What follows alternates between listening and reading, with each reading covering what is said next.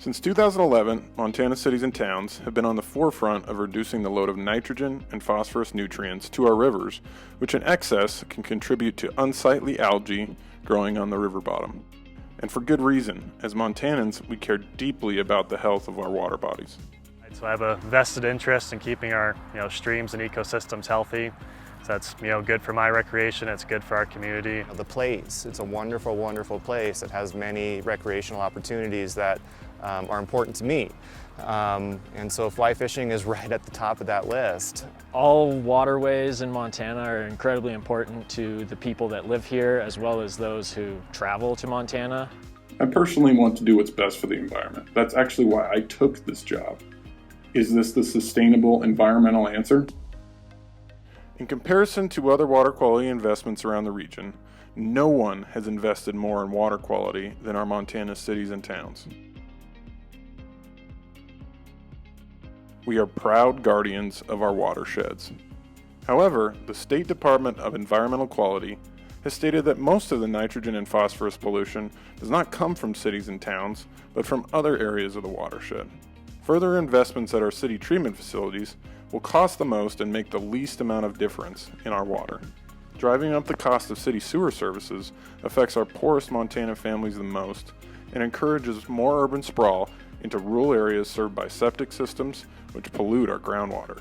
Recognizing that a new approach was needed, the state passed Senate Bill 358, which calls for a data-driven, prioritized approach to nitrogen and phosphorus reduction by looking holistically at each watershed. Currently, the state is working collaboratively with conservation groups, cities, agriculture, industry, and federal agencies to develop a framework for adaptive management plans seeking the most effective way to further clean Montana rivers rather than the previous one-size-fits-all approach.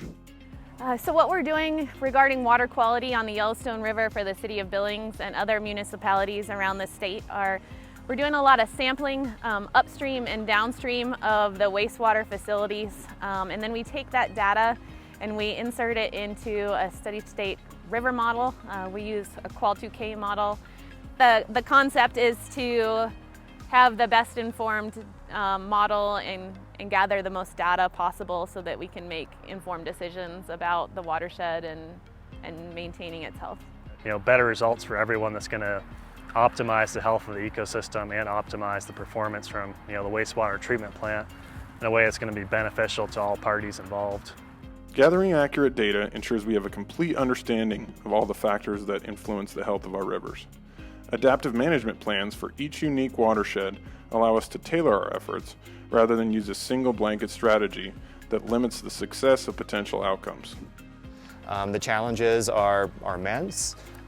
There's many tendrils that come in and interrelate and interplay, but trying to put to grasp that, the totality of the issue and figure out, individual and unique solutions to, move the ball forward to a point where we can be in a better spot from a compliance perspective.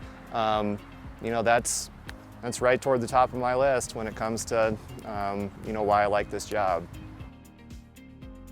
By staying the course on Senate Bill 358, we can make the best use of all resources involved, continue to improve water health, and benefit everyone who depends on this vital resource.